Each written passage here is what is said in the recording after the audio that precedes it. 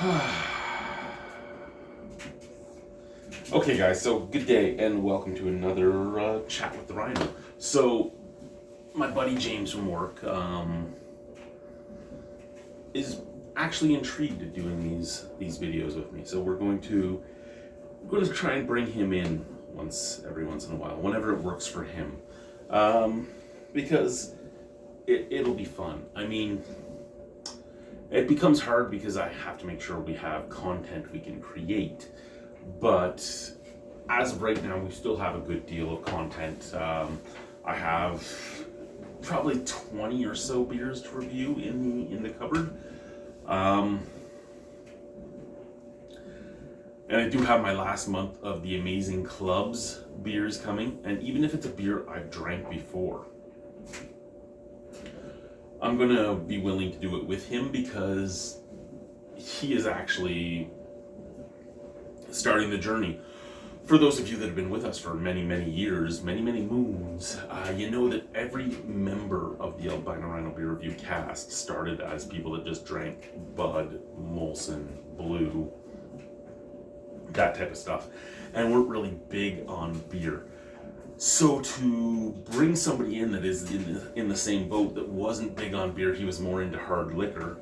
It's great because you can show off certain things that are strange and different and interesting, and he can experiment. And I mean, we did 5 videos together at Bushwhacker, and we were doing all sampler glasses, so it was those 5 videos turned into like 1.1 beers in total, 1.2, because every 4 was 1 pint, and it was fun. And we actually got our footing under us faster than we got our footing under us for some of the other people that have been on the channel. Some people don't have the chemistry, and it takes several videos to get to that point. And some people do have the chemistry, and it takes 1 or 2 videos, and you're already rolling. By the time we did our 5th video, and it was all in one sitting,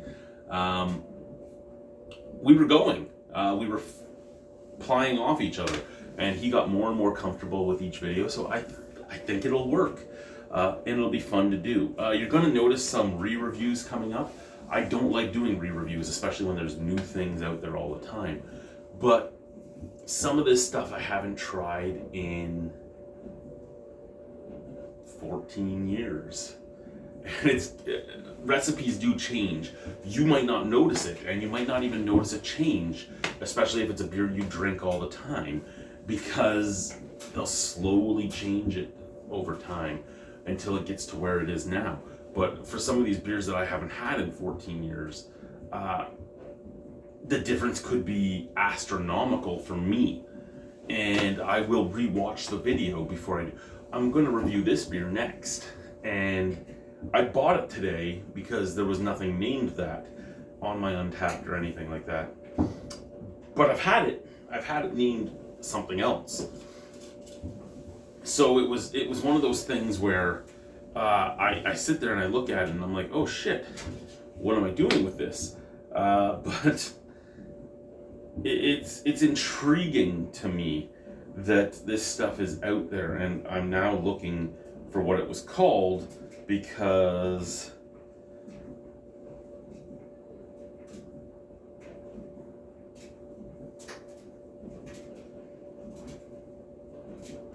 okay, so it was called Pumpkinhead before, and now it's not Pumpkinhead. Watching the video though saddened me. The video was from 2015, and it saddened me because I'm watching the video and I'm like, motherfucker, my ex-wife is in the room. And I was looking at my face and everything else, and I'm like, that's not who I am. That's not me. That's the shell of me talking, and it just reminded me of things. It's the one thing about how long this channel's gone on is every once in a while I catch a glimpse of the very sad, very, nobody likes the word, but wanting to end myself Chad. And when I see that, I get I get disappointed in myself. And I don't know why I get disappointed in myself. It's not, it is what it is. And my son lives with me, and my son drives me nuts.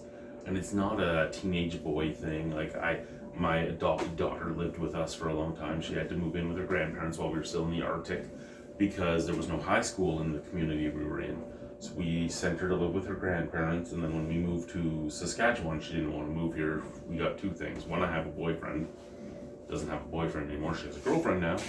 And two, I don't want to live somewhere I can't spell. And her grandparents didn't mind her staying, so she stayed with her grandparents. It hurts because I look at her as my own child, and I know that my wife misses her daughter, but we gave her the option. She took that option. That's the option she took. But that's teenage angst that I get there. This is a almost carbon copy of my ex-wife, and I see myself slowly starting down the same roads as I was in that last relationship, and it really fucks with my mind.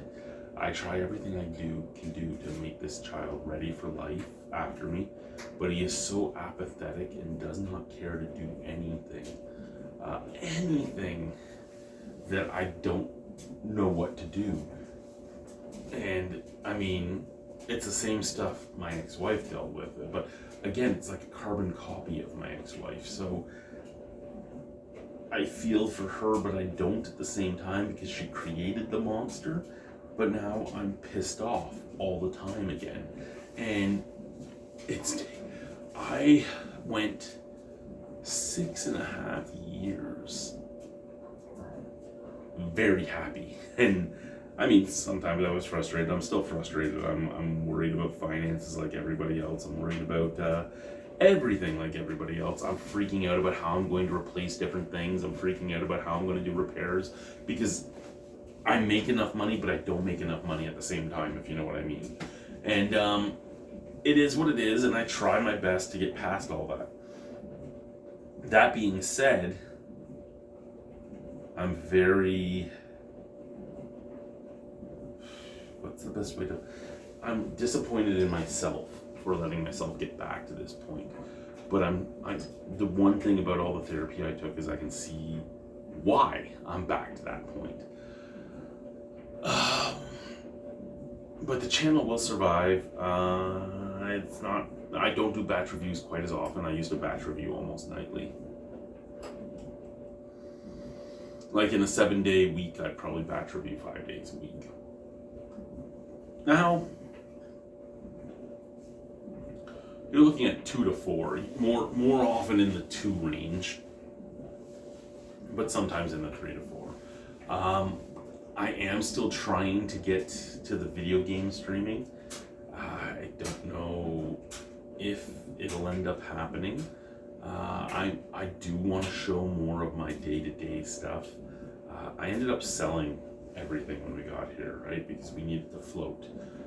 We needed to pay our bills and everything else. Because when we moved here, I had a job lined up, and that job fell through. And then I was jobless. And then my bonus and my housing deposit and everything else that I was supposed to get back from the Northwest Company fell through. And I was in the hole for over $25,000 right there, because we were expecting to get $25,000 between the two of us in bonus and then $1,000 in our housing deposit. And we both got fucked out of that, and we had already done the renovations on this house. The things that this house needed and we knew it needed when we moved in, but we had followed everything we were supposed to do and crossed our T's and dotted our I's and everything else so that we could get it, and then things fell through. And then my emergency pickup job was $10,000 less a year than what I was making in Deer Lake. So that hurt. And it was something like $1,300 a month, too little to pay off my bills, and $2,000 too little to pay off my bills, plus the 25 G's in debt we were in at the time. And then we went into, well, then I found a new job. But by the time I found a new job, I was over $40,000 in debt again. And I've been trying to get out of that debt. And I mean, it cost $2,000 to fly my kids out here, fly all my kids home, fly my son to my ex-wife for his visit, fly him home as an unaccompanied minor.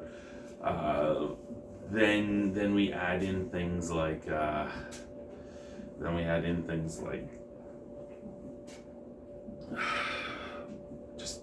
just everything, right? Things that broke, things that my son broke, like when he smashed the window to sneak it back into the house because he snuck out of the house while he was grounded and locked his keys in the house, and then he thought breaking the window was so, like, just life happened.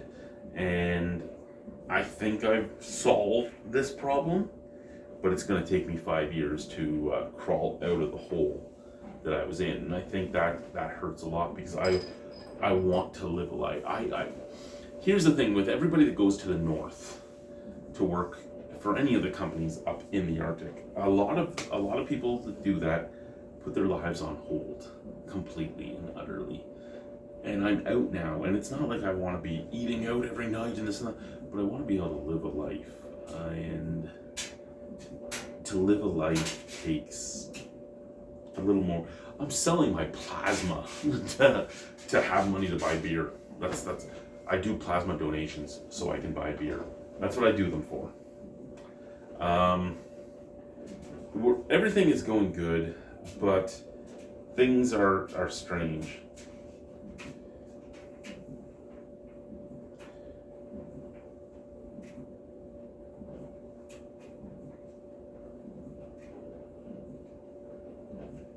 Sorry, guys.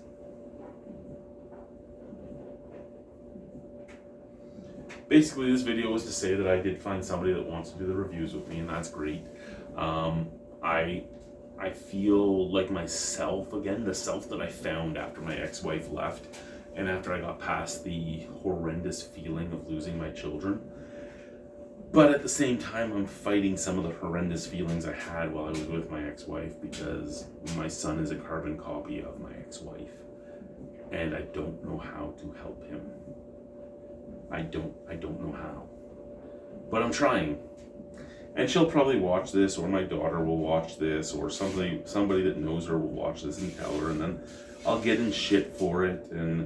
But I don't know why you're not allowed to talk about your life. I'm not bashing my ex-wife. Me and my ex-wife were toxic for each other. We shouldn't have been together, but we were. And we had children, so we have to make it work. It's just hard. It really is hard. But I try all the time to make it work because I have to make it work. And if she doesn't want to make it work, she doesn't want to make it work. I can't force her to make it work. And I wouldn't force her to make it work. So I don't get the hatred. I don't get the fighting. I don't get the... It is what it is. This is our life. This is our children. Let's take care of our children. Let's do what we can for our children. But I mean, I pay the entire way for them to get to Regina and then get back. I pay the entire way for my son to get to Toronto and then get back. In all honesty, at the very least, I shouldn't be paying half the way for Aiden, but I pay both ways. And I pay my child support, and I pay this, and I pay that. And I just need a break. I need like a $1 million lottery win. I don't even need $1 million. I need like a $400,000 lottery win, and my life would be so much different. It's just that type of thing, and I'm sure a lot of you are in the same boat. So I'm not complaining like, whoa, is me. I'm just getting stuff off my chest. Like, a lot of you have people you can talk to. Here it's me and my wife. We've been on our own with no support system for years now, and we've done amazing, and it's strengthened our relationship. But I do need to get things off my chest. So here's me getting it off my chest. Love my job, love the city I'm in now, love my house. It's an old house, it's almost 100 years old. Love my house, love what it's offered me. Love my pets, love my wife, love my children. One child makes me want to stab my eyes out. I wish things didn't always seem to go. When there's a good path and a bad path, things seem to always go down the bad path. But I'm here. I haven't tried to take my life in years now. I haven't really thought of doing that in years now. And I say I haven't really thought because any of you that have had suicidal thoughts or have been suicidal or have been depressed or anything like that will know what I'm talking about. It's always there. It's just not always there, if you know what I mean. If you know what I'm saying. So it is what it is. I'm okay with it. I shouldn't be, but I am. Life is life. We'll get through it. We'll persevere. I always do. My family always does. But I have to be able to talk about it. So this was me talking about it. Anyway, bye guys. Hopefully this doesn't scare James away.